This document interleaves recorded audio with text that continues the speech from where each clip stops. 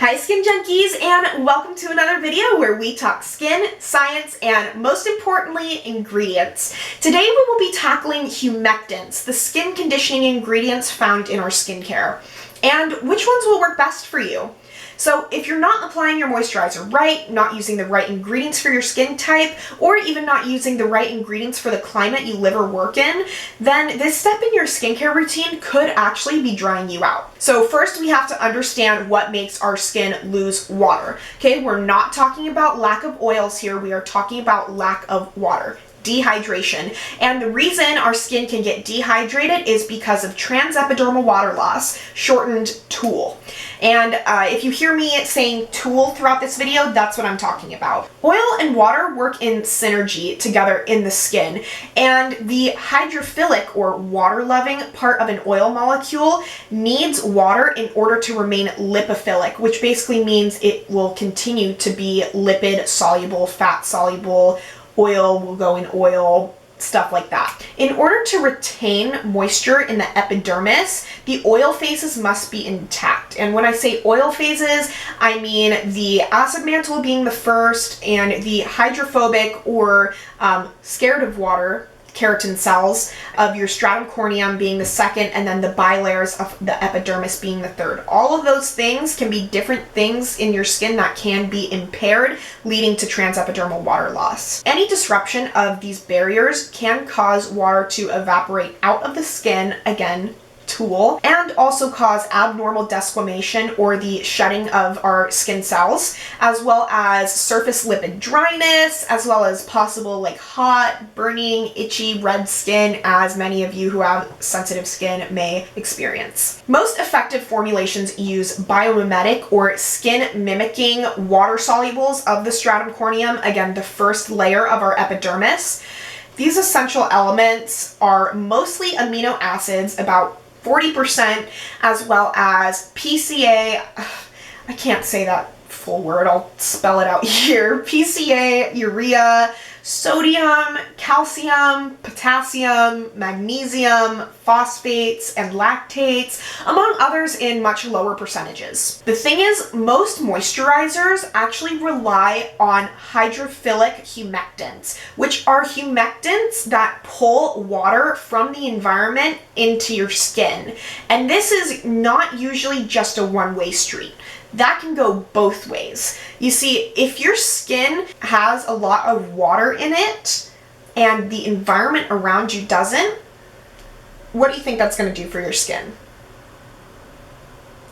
Yeah, water can actually evaporate out of your skin into the environment if you're using these types of moisturizers and you're in a really dry climate. So these moisturizers can be very effective in hot climates or super wet climates like Florida, and can worsen TOOL if you live somewhere like here in California where I live. If you live in a drier climate and your skin doesn't have as much water in it, it's, pretty dehydrated, and it's also, not humid outside, it's not always going to just pull all the water out of your skin into the environment, although that does happen. However, it's just not going to be an effective moisturizer. So now that you know this, how should you pick a moisturizer that will actually work for your skin based on the environment that you live or work in? One telling sign is going to be the texture or the thickness of the cream. If you have a more watery substance, solution, gel-like moisturizer that's extremely lightweight, it is probably going to pull hydration into your skin from the environment, and again, be that two-way street. Thicker creams are going to most likely be film forming and be a one-way street where it can pull moisture in from the environment, but it doesn't really let much out. So if you live in a climate with like 65% relative humidity or higher, or if you live or work in a place that uses a lot of humidifiers, then lighter creams and gels are going to be totally fine for moisturizing your skin. In fact, they may even be better than general thicker creams. Those types of ingredients are going to be glycols, urea, glycerines, sorbic acid, and PPGs, among others. But I'll list like a full list of the most common ingredients in the description down below for you to look at. at. If you live in a drier or colder climate, or if you live or work in a place with lots of fans or air conditioning,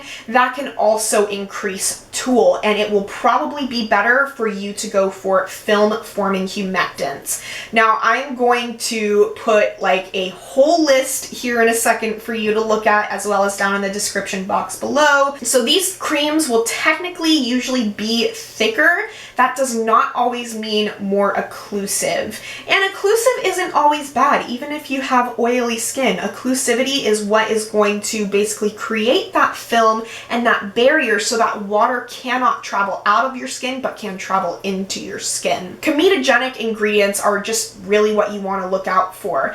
Just because a cream is thicker doesn't mean that it's going to clog your pores. And trust me, we'll be doing a whole video on comedogenic ingredients, so make sure and hit that subscribe button if you are interested in seeing more from me. So this is a pretty comprehensive list of the most popular film-forming humectants. Many of these compounds have hydrating and saturating abilities, with some like sodium hyaluronate or hyaluronic acid retaining up to 400 times their weight in water. Same thing with car bombers. They can retain a lot of their weight in water and can enable excellent saturation of the water phase of the bilayers. Wheat proteins also help to reduce the irritating effects of surfactants or your cleansing agents, and can still have foam building and emulsifying actions superior to ingredients of animal origin like animal fats. Other amazing humectants for all skin types, especially sensitive and acneic skin that have an impacted barrier, are marine based. So things like Dead Sea mud, moor mud, algae, spirulina. Oh my gosh, those are so good, and I don't know why they don't put them in like every single cream out there. Lastly, I actually think most people, even you oily skin people out there, should avoid oil-free formulas. Oil-free substances are usually solutions and gels that may have a drying effect owing to the evaporation of the solvent used, which is what makes it so thin and lightweight. Those solvents can usually be alcohol or water, or a mix of both. Solutions with a high percentage of alcohol are very drying because ethanol and other low molecular weight alcohols are volatile and they evaporate rapidly. And when they evaporate, they take the water in your skin with it. Water solutions can be still mildly drying, not as much as alcohol solution because of the slower evaporation of water, whereas alcohol evaporates like that. First of all, oily skin needs oils in order to penetrate the layer of sebum on your skin. Oils penetrate through oils. Like, just imagine water trying to get through an oily surface. It's just not gonna do it as well if there's nothing to penetrate through those oils. So it's actually good if you have oily skin to use things with certain oils in it. One of the best oils for oily skin is jojoba oil. That oil is non-comedogenic, it's really great, and it's very hydrating and will penetrate really deeply through your sebum. So when that water isn't penetrating through your oils, it's just gonna evaporate off the skin and cause more tool. When oily skin lacks water, which is the case many times because a lot of people with oily skin aren't moisturizing properly, your skin is gonna create even more sebum in order to try and make up for the dehydration of your skin. Therefore, oil-free formulas can actually make your skin more oily, contrary to popular belief. I'm gonna put like a little graph right here of solutions that are going to be maybe best for your skin type, what's going to be the most drying, what's going to be better if you have drier skin, those types of things. So now that we've gone through why your moisturizer can actually be drying you out, what's going to be the best moisturizer for your skin type? If you live in a wet climate with a lot of rain or just a lot of humidity in general, and you have sensitive or acneic skin, I would highly recommend the Phyla Fluff Moisturizer. This guy is really good, but again, it has those hydroscopic humectants in it that pull water in from the environment in order to hydrate your skin. If you have dry skin and live in a wet climate, The Dermalogica Intensive Moisture Balance is also a really good one. The only reason why I don't recommend this for super sensitive skin is because it does have some fragrance in it, just a little bit. It's very low in the percentage, but it has a lot of really good hydroscopic humectants in it for if you live in more of a wet climate. And if you have oily skin and you live in a wet climate, you're not going to age and you're probably going to have a lot of blackheads, but the Boscia Cactus Water Moisturizer is really good. That's the only point where I would be like, okay, like it's totally fine for you to have a water moisturizer because the water isn't going to really evaporate off of your skin as much if you live in a really humid climate or you live or work in an area where you have a lot of humidifiers. And if you live in a drier or really cold climate and you have sensitive or acneic skin, the First Aid Beauty Ultra Repair Cream is awesome. That stuff works wonders for people. Even if you have acne, there's not any really comedogenic ingredients in there, so it's totally fine. If you have dry skin and you live in a dry climate, first of all, I'm sorry.